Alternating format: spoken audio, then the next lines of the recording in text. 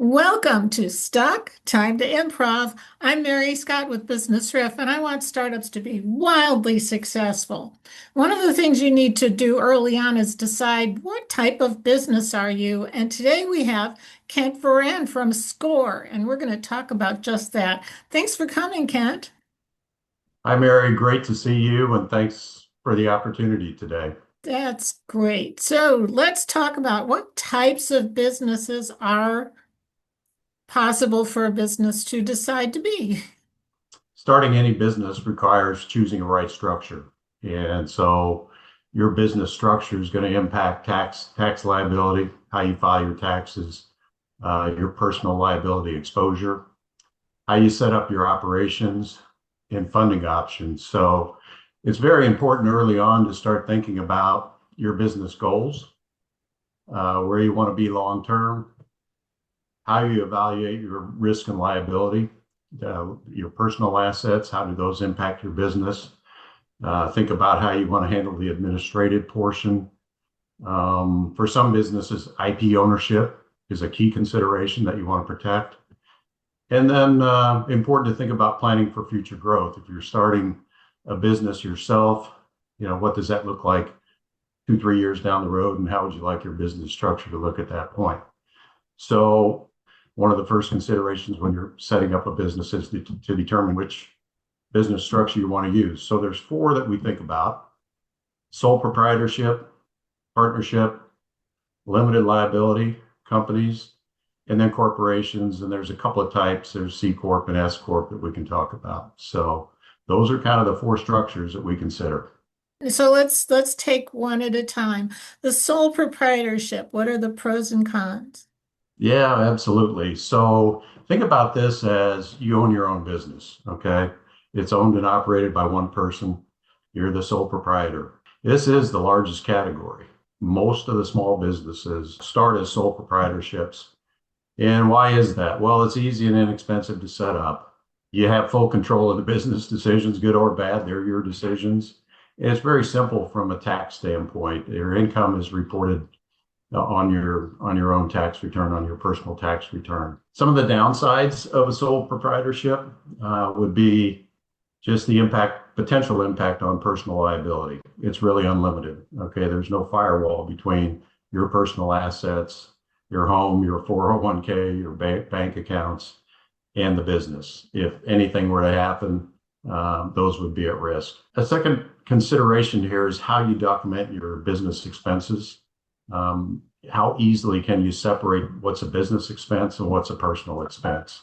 And that becomes important when you're filing taxes, when you're trying to raise capital. That would be the Schedule C on the tax forms. Yes, it can be a little harder to raise capital here. It's based on your own financials. Okay, so not impossible, but that's also one of the downsides. But a very, very popular business structure to get started. And the partnership is just an extension of a sole proprietorship. There's still no firewall, but now you're dealing with two or more people who are equally liable. Yeah, yeah, exactly. And we see fewer of these actually. It's a business that's owned by two or more people, could be co-founders, could be, someone that you're close with that you decide to start a business together with. The upside is you have shared responsibilities. Again, pretty simple to set up and do your tax filing, very flexible. You can decide who does what from a management standpoint. But, as you mentioned, there is the personal liability. And in addition, it's a shared liability. So you're responsible for your partner's decisions and the potential impact there. But, it is a way to get started. And then what I think is the most popular structure is the LLC or the Limited Liability Corporation. Let's talk about those pros and cons.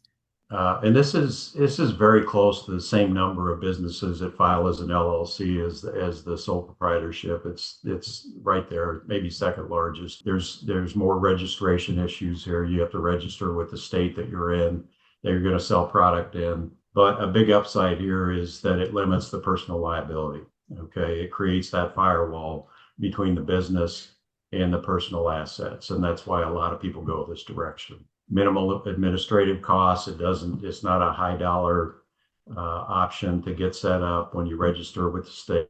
Also From makes it a more management easy standpoint, to, it makes it on easier to taxes, it is a sell. pass. It absolutely does. It's a pass through from a tax standpoint, so the profits are taxed on the individual's personal return. It is more paperwork. One of the requirements is to set up an operating agreement, define ownership structure, management structure, taxes, accounting, and how all that will work. Somewhat limited in terms of equity investors. You're going to need to raise money as the LLC, but you can do that. You're establishing a brand, and that is, then it'll be a separate company, and as you say, Mary, easier to pass along if you decide to exit the business. Sure. And the other nice thing about an LLC is that you can always turn it into an S Corp or a C Corp if it needs to be done. And I think that's a great point. I mean, any of these options aren't permanent. Okay, you can always move from one to the other as your personal needs change, as the business changes, as the growth needs change, funding needs. Mhm. So early on, important to think about how you start, which of the options fits best for your situation. Think about the growth aspect, Mhm. and then it's not permanent. You can adjust. Should you discuss these things with an accountant or a lawyer but when you're first setting up? Absolutely. I mean, I think develop your thought process and think about, once again, what's your personal situation? What are your growth objectives? What's your asset profile, risk profile? Have all that in mind when you go speak with a CPA and legal counsel. It's not required to set up an LLC.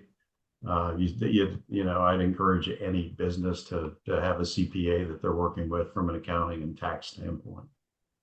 Yeah, I always tell people you need three members of your team when you're first starting.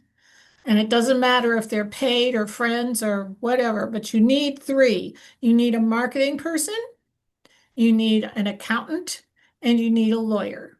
And you need a lawyer. Because the marketing person helps you make money, the accountant helps you keep most of it, and the lawyer stops you from losing it. Absolutely. Absolutely. So Um, a lot of people think they can do an LLC on their own, but there's more to it than just filling out the paperwork online, right? there is. I mean, that's a requirement. Once you go the LLC route versus sole proprietorship or partnership, you're registering with the state.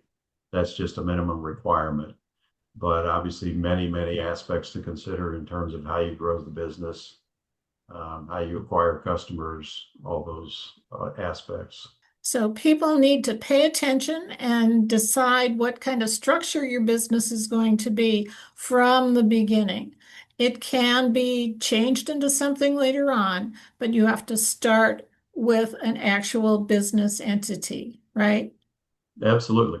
Absolutely. And it's never too early to start thinking about those things. You know, you want to have a perspective. I always encourage people to have a perspective on which direction they want to go with this in terms of structure.